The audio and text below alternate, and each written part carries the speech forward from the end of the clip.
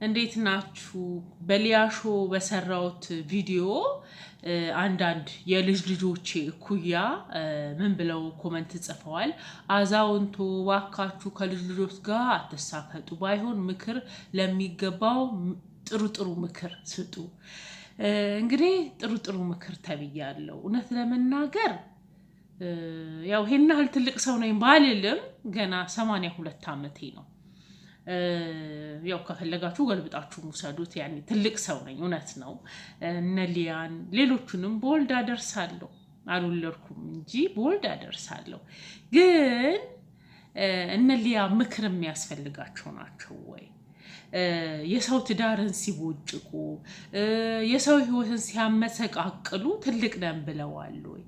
አሁን ለምሳሌ ሊያ የብዙ ሰዎችን ትዳር ውስጥ ገብታ ስትቦጭቅ ይሄን ሰማው። ለምሳሌ የዳጊ ባል ቤቢ ሳምሶን አሜሪካ ሄዶ አገባ ምናምን እያለች ሳያገባ ስትናገር ነበረ።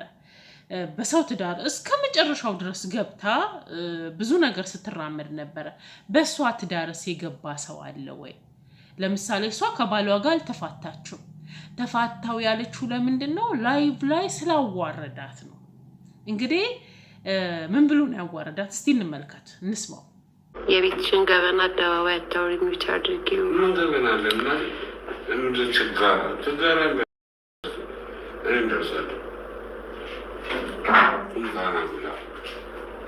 ምንም ችግር የለብንም፣ ገበናም የለብንም አላለም። አስባችሁታል?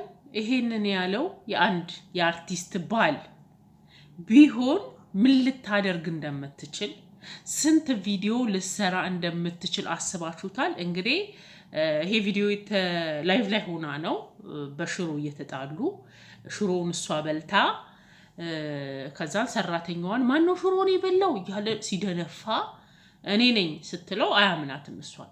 ከዛ በኋላ ኮመንታተሮች ምን ይላሉ? ገበናሽን አታውጪ ቦጋላ ጀግናው የምን ገበና እናትሽ እንደዚህ ትሁን የምን ገበና እያለ ሲናገራት፣ ምንም ገበና የለንም ምንም ሚስጥር የለንም ምናምን እያለ ሲናገራት፣ በዛ የተነሳ ነው አፍራ ተፋታን ያለችው እንጂ አብረው ነው እስካሁን ድረስ የሚኖሩት። ልጃቸውን አብረውን እያሳደጉ ያሉት።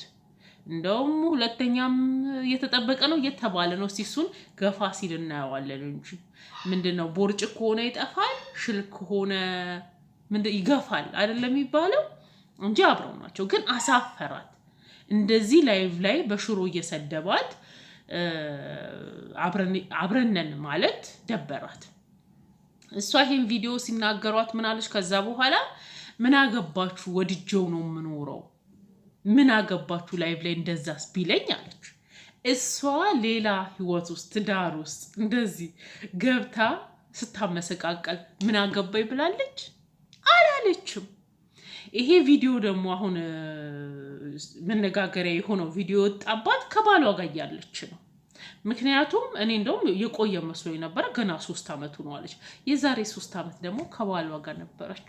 እንደምረው እስቲ አሁን እሷ ስትናገር ከልጅነቷ ጀምሮ ጓደኛዋን እንዳገባች ነው የነገረችን።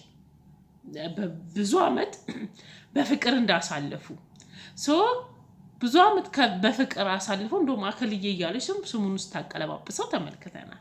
ብዙ ዓመት በፍቅር ካሳለፉ የዛሬ 3 ዓመት የት ነበረ? ለመጋባት አላሰቡም ነበር። ኦልሞስት እኮ 2 ዓመት አልፏቸዋል ከተጋቡ። 3 ዓመታቸው ከተጋቡ ራሱ። ስለዚህ በሱ ላይ ነበረ ላይቭ ላይ ቺል ስታረግ የነበረው ከሌላ ጎረምሶች ጋር። እንደው ምን እንዳለች እስቲ እንስማው። ሌሎችን ማለት ነው እንግዲህ እሷ እንደዚህ ላይቭ ላይ ያደረገች፣ ሌሎችን ግን ምን ስትላቸው ነበር? እንስማው እስኪ።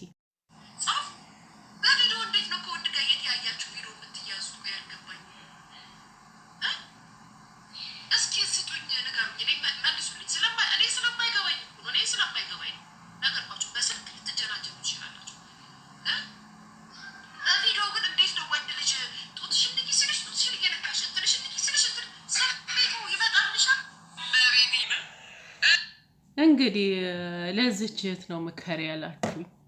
እንግዲህ እሷ እንዴት ስሜቱ ይመጣላችኋል እያለች ለሌሎቹ አስተያየት ስትሰጥ ነበር። አሁን ለእሷ ይሄንን ምን ብዬ ነው መመክራት? እንዴት ስሜትሽ መጣልሽ ነው ምላት? እንዴት ቻልሽበት ነው ምላት? ከማን የተማርሽው ነው ምላት? ባልሽ ይሄን ጉዳይቶ ነው ወይ እንደዛ ላይ ምን ሚስጥር አለ ምን ገበና አለ እያለ ሲናገር የነበረ ነው ምላት? ቆይ ምን ብዬ ነው መመክራት? እስኪ ነገሩ እውነት ነው ትልቅ ነኝ መምከር ነው የሚገባኝ። ሚዲያውን አጠቃቀሙን አልቻሉበትም። የሌሎችን ትዳር እያፈረሱ ነው። የራሳቸውን ትዳር ከካሜራ ጀርባ አርግተው ማለት ነው። እንደዛም ሆኖ ከመውጣት አልታደገም። እንግዲህ የመጀመሪያዋ ሶሻል ሚዲያ ላይ ባሏን ልጆቿን በኢሞጂ እየሸፈነች የሰውን ትዳር የምትናገር የመጀመሪያዋ ሊያ ናት። ሌላ ሰው ያለ አይመስለኝም። እንግዲህ ሊያ ሽማግሌ ስትልክም ሽማግሌዎቹን ኦልሬዲ አይተናቸዋል። ሰርጋቸውንም ለብቻዋን ነው እንትን ያለችው። የሰርጋቸውን ፎቶ አላጋራችም። ሰው አለማጋራት መብቷ ነው፣ የግል ህይወቷ ነው። ግን አይ ቲንክ የመጀመሪያዋ ሶሻል ሚዲያ ተጠቃሚ ናት እንደዚህ ያደረገችው። ባሏን የሸፈነች እስከዛሬ ድረስ ባሏ ምን አይነት እንደሆነ አይታወቅም። ልጇን የምትሸፍን ሜቢ የግል ህይወቷ ነው ሊባል ይችላል። ግን ደግሞ እሷ የሰውን ህይወት ስለምትበጠብጥ ማለት ሰው የሰውን ህይወት እየበጠበጠ የራሱን ትዳር ሚስጥር ማድረግ ሼም አይደለም? አይደብርም? እስቲ እውነት ሊያ ያልገባችበት ቤት የት ነው? ከአርቲስት እስከ ምን ድረስ ሶሻል ሚዲያ ላይ ያሉትን ራሱ አንዳቸውም አልተወቻቸውም። ገና መታወቅ ሲጀምሩ እዚህ ቦታ እያለች ተቦጭቃቸዋለች። ለምሳሌ ወደ ባምቢ ልመለስላችሁ። አሁን ለምሳሌ ባምቢ እንደዛ አደረገች፣ ተጸጸተች፣ ወደ ቤተክርስቲያን ተመለሰች። ተመልሳ አንድ ጊዜ የሆነ ክለብ ቦታ ይገናኛሉ። አወራችባት። ቀን ነጠላ ለብሳ ማታ ግን ክለብ ናት ብላ አወራችባት። አስባችሁ፣ የሰውን ገበና አትደብቅም። ለዚህ ሴትዮ ምን አይነት ምክር ነው የምሰጣት? ልጆቼ ማለት የልጅ ልጆቼ እኩያ ምን አይነት ምክር ነው የሚሰጣት? አስገርማችሁ ነው። ለማንኛውም ብዙ ኮመንቶችን እንደዚህ አይነት ስላየው ነው የተወሰኑትን ያው ስድብ የሆኑትን አጥፍቻቸዋለሁ። ማለት ምን አይነት ምክር አሁን ለእንደዚህ አይነት ሰው ምን አይነት ምክር ነው የሚሰጠው? ጨዋ ሴት እንደ ድንገት ቢሆን ምንም ችግር የለም። ግን የሰው ትዳር ውስጥ ዘልቃ የምትገባ ሴት ናት እሷ። ያልበጠበጠችው ትዳር የለም፣ ያላናጋችው ህይወት የለም፣ ያልተሳደበችው ሰው የለም። ቃል በቃል አወጣ እንዲህ ብላ አትሳደብም እንጂ በስነ ስርዓቱ ትናገራለች። በሚስጥር የተወራውን እሷ ሚዲያ ላይ ታወጣባቸዋለች። ብዙ ሰዎችን የግል ህይወታቸው አንድ አርቲስት ታማ የሆነ ሀገር ከሄደች መጀመሪያ እሷ ናት ሚስጥሩ ነው የምታወጣው። መጀመሪያ እሷ ናት። ታማው እንኳን አትደብቅላቸውም እሷ። እንደዚች አይነት ሰው እንዴት ነው የምትመከረው?